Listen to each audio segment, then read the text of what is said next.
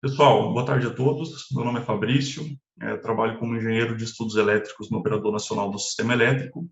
Eu vou fazer uma apresentação sobre a visão do ONS sobre a necessidade de aprimorar requisitos técnicos para a integração de geração distribuída no sistema elétrico brasileiro. Bem, falando um pouquinho do ONS, o ONS é o órgão responsável pela coordenação e controle da operação de todas as instalações de geração e transmissão de energia elétrica do SIM. Quando estou falando de geração aqui, é geração de grande porte, né? Então, nós somos uma empresa jurídica de direito privado, sob a fiscalização e regulação da ANEEL, que atua para fazer a nossa operação em tempo real do sistema e todos os estudos de planejamento da operação, de modo a garantir uma segurança operativa ao menor custo possível. Bem, para quem não conhece, falando um pouquinho aqui dos recursos e instalações do ONS, né? Então, somos uma empresa de cerca de 800 funcionários, grande parte deles, né, engenheiros eletricistas. Estamos aí sediados no Rio de Janeiro, onde a gente tem o escritório central, onde eu trabalho, em Florianópolis, Recife e Brasília, onde a gente tem um centro nacional. A nossa missão, então, é garantir o suprimento da energia elétrica no país com qualidade e equilíbrio entre a segurança e o custo total da operação, né? Sempre esse equilíbrio entre essas razões. E uma das questões que acontecem o sistema elétrico está sempre exposto a perturbações, né, em contingências, né? Trouxe aqui um gráfico sobre a quantidade de desligamentos de linhas de transmissão no Brasil, e aqui falando só de linhas de transmissão de alta tensão, né, só acima da rede básica, acima de 230 kV. Então, a gente vê aqui que a gente tem mais de uma média maior que 1.500 desligamentos de linhas de transmissão por ano no Brasil, né? Então, diariamente, aí a gente tem diversos desligamentos e a gente precisa evitar que aconteça blackouts, né, na ocorrência desses desligamentos, né? Então, a gente tem todo um trabalho no ONS de estudar como que o sistema vai se comportar após esses desligamentos, né? O que a gente pode fazer para que, sabendo que esses desligamentos vão acontecer, não tem como evitar, né, essas causas naturais, como a gente minimiza os impactos do sistema elétrico como um todo. E eu atuo justamente nessa área, fazendo estudos de estabilidade para garantir, né, a segurança do sistema e evitar que grandes blackouts eles aconteçam, né? E à medida que essa geração distribuída cresce, ela começa a ter uma interação com toda a estabilidade do SIM, tá? Um pouquinho antes disso, né, falando aí de um cenário de baixa penetração de geradores distribuídos aqui no Brasil, ou até no mundo, né, de modo geral, né, quando a gente tinha uma penetração pequena de gerador distribuído, os impactos estavam localizados nas redes de distribuição. Muito intuitivo isso, né, com a penetração pequena, o sistema de grande porte como um todo, ele é bem robusto, né, então, uma geração pequena impacta a rede de distribuição.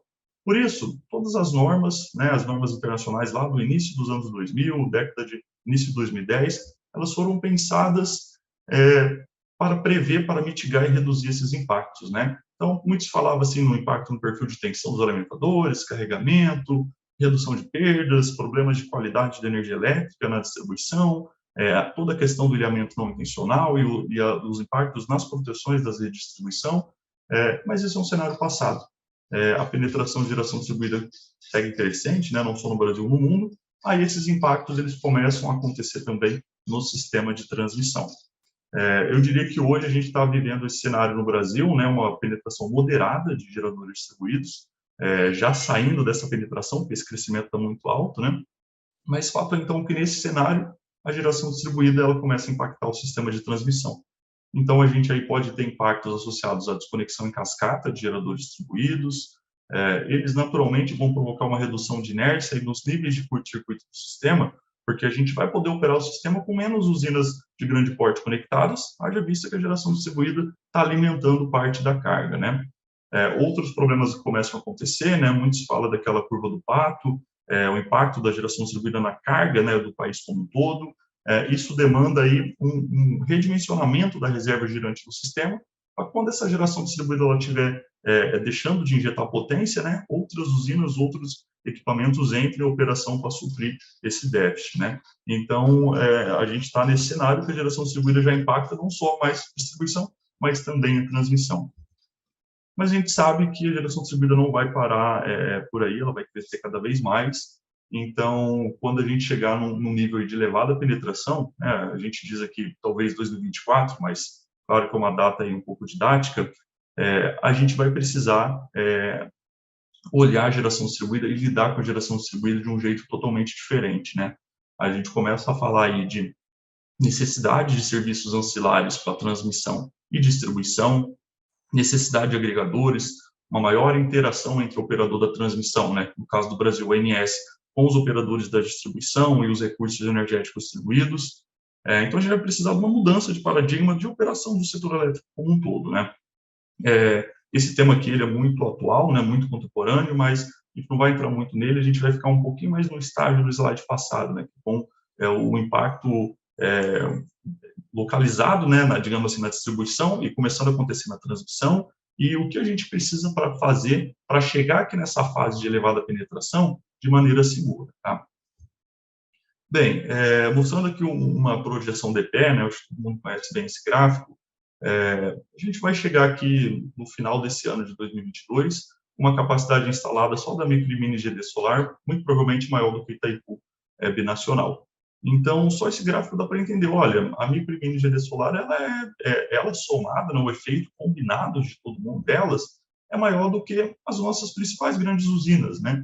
Então, isso já mostra que, olha, então, ela tem impacto no sistema interligado, no sistema de transmissão como um todo, sim, né? O que acaba daí demandando o envolvimento do INS, a evolução de requisitos técnicos e de procedimentos para a gente garantir uma operação segura, mesmo diante desse cenário centralizado, né, de geração cada vez mais esparsa e distribuída pelo sistema, tá?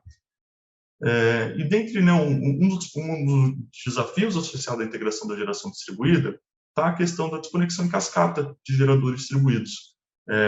Desconexão em cascata ela ocorre quando a gente tem um evento de grande porte num sistema de transmissão, aí o sistema todo ele pode começar a oscilar, pode começar a balançar, né? Por exemplo, saída de uma grande linha de transmissão ou de algumas linhas, saída de uma grande usina, essas coisas acontecem e isso vai acabar provocando uma reação no restante do sistema, né? O sistema ele vai oscilar e até a tensão, né, vista lá pelo um gerador distribuído, o que o inversor vai estar enxergando, ele vai ver que o sistema está tendo alguma oscilação. Frequência, tensão, ângulo, ou às vezes até as três coisas simultaneamente.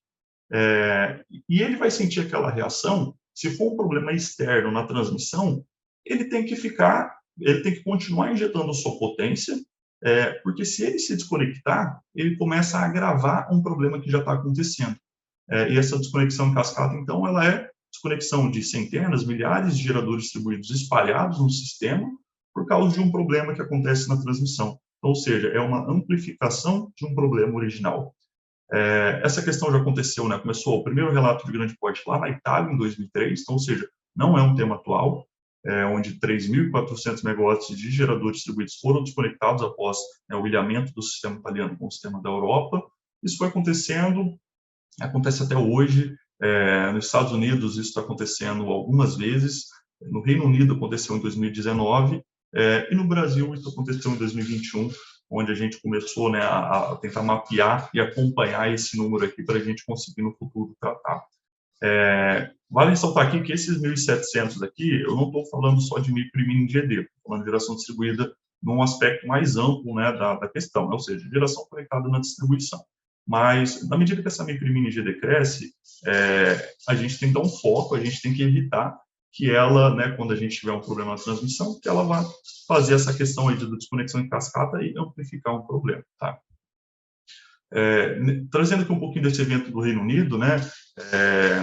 No Reino Unido, esses 500 megawatts que foram desconectados é basicamente a nossa micro e mini geração distribuída no Brasil, né? Fazendo uma relação. Então, o tipo de problema, né? A filosofia, o jeito do problema é muito parecido.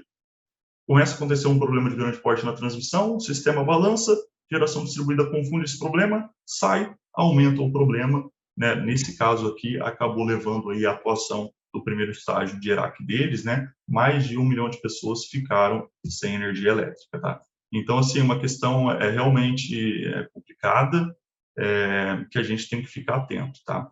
Então, quando aconteceu esse evento lá em 2019 no Reino Unido, né, o INS acompanha esses eventos que acontecem internacionalmente, acendeu um alerta muito grande para a gente, né? Falei assim, olha, a gente está passando por esse crescimento aí acentuado de micro e mini GD no Brasil, a gente precisa tratar esse problema e evitar que ele aconteça aqui, porque a gente precisa aprender com erros, com problemas que aconteceram em outros lugares, né? A gente não tem que esperar acontecer aqui para começar a lidar, né? Então, desde 2020, a gente já está com tratativas com a ANEEL para solucionar esse problema em várias frentes, né? Não é apenas uma frente que vai resolver essa questão, mas em 21 aconteceu aqui, como eu apresentei no slide anterior, né? Então, assim, a gente, de certa forma, a gente tem que correr para corrigir um certo passivo que a gente tem, tá? Nos Estados Unidos, né, mesmo apesar de ter uma revisão de norma muito importante, a 3E 1547 de 2018, é uma norma que melhorou muito os requisitos técnicos de conexão dos inversores, né, dos recursos energéticos distribuídos, mas ainda assim eles estão verificando os impactos que a geração distribuída tem no desempenho e na estabilidade do sistema de transmissão como um todo, né. Então, aqui um estudo do NREL dos Estados Unidos, um estudo de fevereiro de 20, falando que, olha, a quantidade de geradores distribuídos, né, tem crescido tanto que o jeito que ela respondia para um evento que acontecia na transmissão era quase irrelevante, o impacto era mínimo, mas está se transformando como potencialmente crítico. Essa figura aqui, ela ilustra um curto-circuito na transmissão, como que ele vai se propagar pela distribuição, e fica intuitivo de ver, olha, um curto-circuito na transmissão, ele vai para a distribuição, quanto mais perto essa distribuição tiver da transmissão, mais forte ela vai sentir esse curto-circuito, mas ele ainda vai se espalhando por um sistema em grandes dimensões, né, em grandes extensões. Então, toda essa geração distribuída precisa ter uma boa suportabilidade, uma boa imunidade, para não se desconectar quando não é para ela se desconectar, porque senão ela só está amplificando um problema, tá? NERC dos Estados Unidos, uma outra organização, também, né, reporta, acompanha eventos onde há desconexão de geração. E aqui nesse evento, teve um evento também, um evento até simples, um curto-circuito na transmissão, que levou a uma redução de potência da geração fotovoltaica. Aqui a geração fotovoltaica é de um pouco maior porte. Mas por que a gente trouxe esse slide aqui? Porque essa redução de geração fotovoltaica não era para ter acontecido durante esse evento. É um evento que, em tese, não tem correlação com essa redução, não era para isso acontecer. Mas isso aconteceu. E o que o NERC chamou a atenção lá dos fabricantes, dos empreendedores? Assim, olha, a indústria não está sendo proativa de ver que esses problemas estão acontecendo e tratar. A gente precisa tratar porque essa penetração de fontes conectadas de inversores, geração distribuída, né, está crescendo de tal forma que se a gente não começar a tratar agora, no futuro as coisas podem ficar ingerenciáveis, né? Alguns países já fizeram retrofit por diferentes motivos, tem país hoje fazendo, o Reino Unido hoje faz um retrofit e paga para trocar relé de proteção de conexão de geradores distribuídos, mas é um problema que a gente tem que olhar de uma maneira muito ampla, né? E tratar, sempre melhor tratar no começo, tá? Bem, falando então, trazendo agora um pouquinho para o Brasil de volta, né?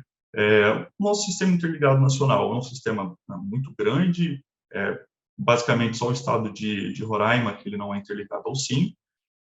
E uma coisa que tem que ficar clara é que no Brasil, diferente de outros países, além da gente ter problemas de tensão, né, quando tem um curto-circuito na transmissão, isso vai provocar um problema de tensão na distribuição, mas a gente também tem problemas associados à frequência, porque a gente opera o nosso sistema transferindo grandes blocos de energia por longas distâncias, né? Vamos olhar o exemplo aqui dos bipolos de Belo Monte, né? Começam lá no Pará, em Xingu, um bipolo vem até aqui em Estreito, em Minas, e outro bipolo até aqui em Terminal Rio. Cada bipolo de 4.000 megawatts. Se a gente perde um bipolo, a gente tem um corte equivalente de máquinas aqui na usina de Belo Monte, então a gente pode ter um desvio de frequência muito grande. E uma perda de bipolo é um evento comum, porque é uma linha, né? Uma transmissão HVDC, é uma linha ponto a ponto, né? Então, se cai uma torre aqui durante essa extensão aqui, né? De 2.000 quilômetros, 2.400 aqui, se eu não me engano. Basta uma torre cair que a gente perde todo o bipolo. Então, a gente tem um déficit de geração proporcional, né? Cerca de até 4.000 megawatts de geração. Então, a gente tem um desequilíbrio carga-geração, frequência começa a cair. Esse aqui é um gráfico de registros de PMU, né, de um evento real que aconteceu no Brasil. Acho que esse aqui é de um evento de 2020, onde a gente pode ver PMUs instaladas na baixa tensão, né, PMU instalada aí no 220, em Santa Catarina, Campinas, Curitiba, Belo Horizonte e Salvador. E a gente vê aqui o comportamento da frequência, muito parecido aqui em todos esses lugares, para um evento de perda de bipolo que aconteceu na prática, né? O que a gente tira aqui desse gráfico?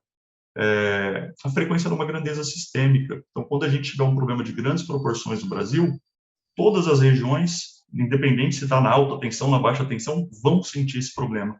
Então, durante um evento aqui como esse, a gente precisa garantir que nenhum inversor vai ser desconectado. Eles vão responder de maneira adequada, porque senão eles estão amplificando o problema. E esse evento aqui, né, que a frequência caiu, mas depois o sistema conseguiu recuperar, se a gente tem muita queda de geração distribuída e muita saída, a gente pode virar um blackout de grandes proporções, eventualmente até um blackout inteiro no país. É uma coisa que ninguém quer, né? Mostrando aqui, então, esse impacto, né, em nível de simulação, né, como que isso vai acontecendo na frequência, fazendo essa simulação, então, em perda de dipolo, considerando o nosso sistema lá em 2024, né, então já olhando o nosso sistema lá em 24, fazendo simulação de estabilidade, então, um trabalho rotineiro que o INS faz, para o sistema como um todo, né. Então, aqui a gente vê aqui, ó, uma queda na frequência, mas o sistema ele recupera, né, ele consegue absorver essa queda de frequência, considerando que, olha, nenhuma geração distribuída vai sair. É o cenário ideal, é o cenário que a gente gostaria, né? Mas à medida que a gente vai testando algumas hipóteses, né, e se 500 megawatts de geradores distribuídos espalhados pelo SIM se desconectarem durante esse evento, o que acontece? Olha, acontece que a frequência fica menor, você está aumentando o problema, né? Então, à medida que a gente vai aumentando para 1.000 megawatts, frequência ainda menor, a hora que de 1.500 para cima, a gente começa a passar dessa linha vermelha aqui. O que é essa linha vermelha aqui? Essa linha aqui é o ERAC, que é o nosso Sistema Regional de Alívio de Carga. Ela passa dessa linha, né, depois a frequência até sobe mais rápido, mas isso na prática significa que a gente começou a ter a desconexão de carga de 8, 9, 10, até 12 milhões de consumidores no país, né? O primeiro estágio do ERAC faz um corte de carga aí, em torno de 7%, para manter estabilidade, porque se não fizesse esse corte de carga, poderia gerar um blackout muito maior. Então, ele faz esse corte aqui para evitar esse problema maior. Só que ainda assim é muito ruim, né? Então, ou seja, a saída de geração distribuída pode transformar um caso estável, sem corte de carga, né? Apenas uma variação de frequência que acontece por causa da contingência, mas ela pode pegar esse caso, então, azul, e fazer esse azul aqui virar o preto, se a gente não tiver bons requisitos de suportabilidade para a geração distribuída, tá? Além disso, né, a gente também pode ter impacto na estabilidade angular. Estabilidade angular é a capacidade das máquinas, principalmente máquinas síncronas do sistema, se manterem em sincronismo, né? Aqui, olhando o ângulo do rotor da usina de Belo Monte, aí para um outro ponto de operação, agora um ponto de operação um pouquinho mais crítico do que o anterior, né? Quando, em resumo aqui, o norte agora está mandando mais energia para a região sudeste e nordeste, né? Então, aqui, uma perda de dipolo de novo, existe uma variação da usina de Belo Monte, uma variação do ângulo do rotor, isso aqui, até a usina até vibra, né, quando acontece isso, e nesse cenário de zero, né, de sem desconexão de geração distribuída, a usina ela vai oscilar, mas vai depois amortecer rapidamente e voltar, né, a um ponto de operação estável e seguro. Só que à medida que a gente começa a incorporar a saída de geração distribuída, a gente sente o impacto até na usina, até no rotor da usina de Belo Monte. De tal forma que acima de 1.500 também, 2.000, 2.500, a gente tem até uma perda de sincronismo dessa usina. Ou seja, perda de dipolo leva usinas, máquinas síncronas, usinas hidrelétricas a oscilarem. Se a geração distribuída sair, pode levar essas máquinas a perderem o sincronismo e se desconectarem. Então, olha o que está acontecendo. As coisas começam a acontecer em cascata de uma maneira muito ruim. A gente pode chegar aí até um blackout geral do país, tá? E como que a gente evita isso? A gente evita isso principalmente aumentando, né, melhorando os requisitos técnicos de conexão dos inversores, dos ajustes de proteção dos relés de conexão da geração distribuída. Então, por isso que a gente tem né, revisões de normas internacionais, melhorando os ajustes de proteção e depois, como vou falar, de teste de imunidade, né? Então, se a gente for olhar hoje a norma do 3EX47 de 2018, os ajustes de proteção não são ajustes sensíveis mais, né? São ajustes que, olha, vou esperar um pouquinho para me desconectar porque eu não quero atrapalhar a estabilidade do sistema como um todo. Norma australiana também, outra norma recente, 2020, também fazendo esses ajustes de proteção mais robustos, né, mais amplos, que evitam essa desconexão muito rápida da geração distribuída, porque pode acabar provocando esse efeito, né, na estabilidade do sistema como um todo. E veja, aqui a gente não está falando que a geração distribuída ela não tem que se desconectar, mas ela tem que se desconectar quando ela deve. Se acontecer um ilhamento de verdade, aí sim, ela tem que se desconectar, tem que ser rápida essa desconexão. Esse problema aí de ilhamento, ele existe e sempre vai existir, né? Por isso que tem testes, tem ensaios para provar que os inversores detectam ilhamento. Só que quando não for ilhamento, ele não tem que se desconectar. Então, os inversores precisam ser inteligentes a ponto de, olha, eu sei quando eu tenho que me desconectar e quando eu não tenho, né? Então, é uma engenharia aí que precisa ser feita para a gente fazer que todo o sistema funcione, né? Seja o sistema de distribuição, seja o sistema interligado como um todo, tá?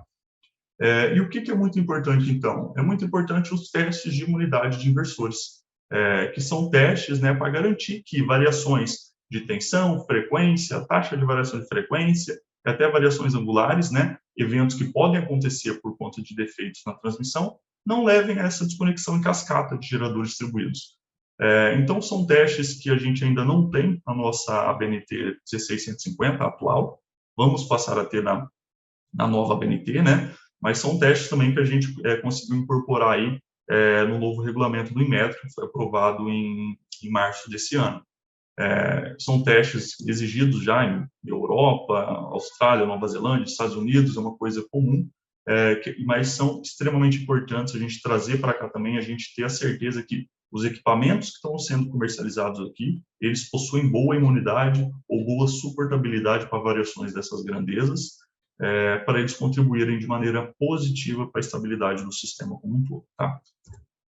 Bem, encerrando aqui, né, eu foquei aqui na apresentação muito do ponto de vista de estabilidade e segurança do SIM para eventos na transmissão. Obviamente, a geração distribuída tem impactos, né, de várias outras formas para a operação do sistema como um todo, né, mas seria muito longo esse tema, né, tem muito assunto.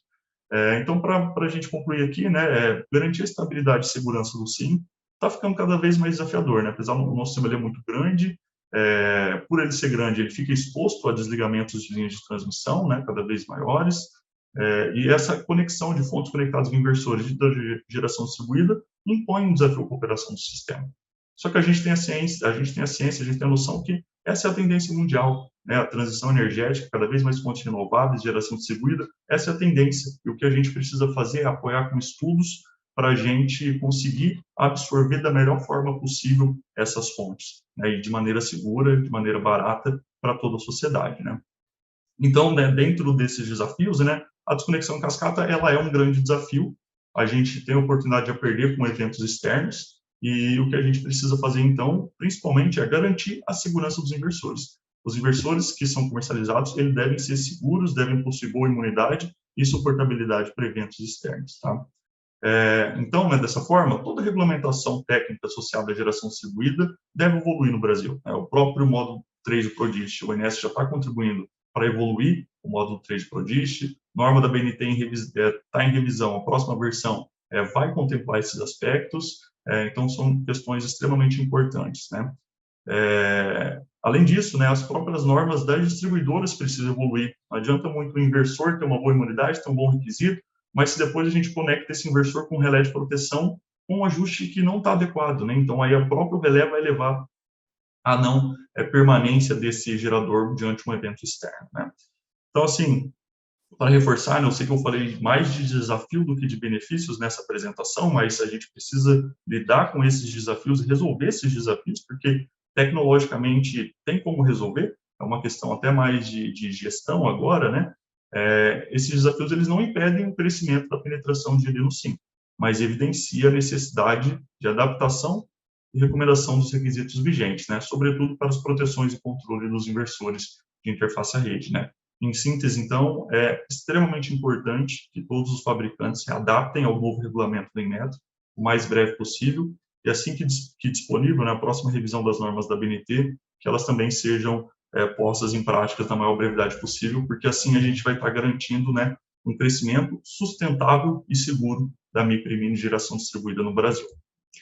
Pessoal, muito obrigado, agradeço a oportunidade, fico à disposição de vocês.